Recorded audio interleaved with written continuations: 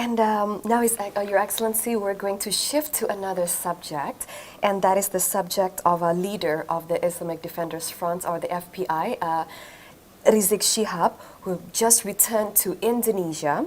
And initially, he had denied that he had overstayed in Saudi Arabia and claiming that Saudi Arabia had previously rejected his exit permit. But later he said that his visa was actually extended. But we're also, of course, receiving such conflicting reports from the government, from Rizik Syihab himself, from FPI, and many more. So from the Saudi Arabian government side, on having to host Rizik Syihab for years, is there a message that you would like to convey after his return here to Indonesia?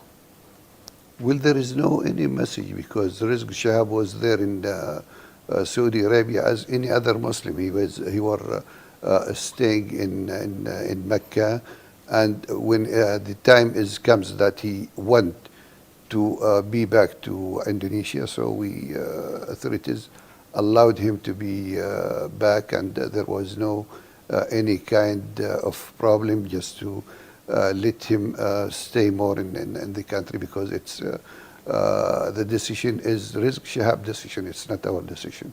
Okay. So when he decided to come back to Indonesia, we allowed him to decide. There was in the beginning kind of stay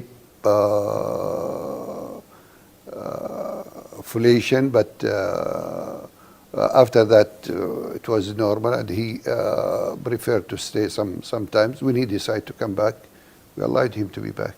Okay, so communications have always been very tight between the Saudi Arabian government and the Indonesian government when it comes to the stay of Rizik Syihab.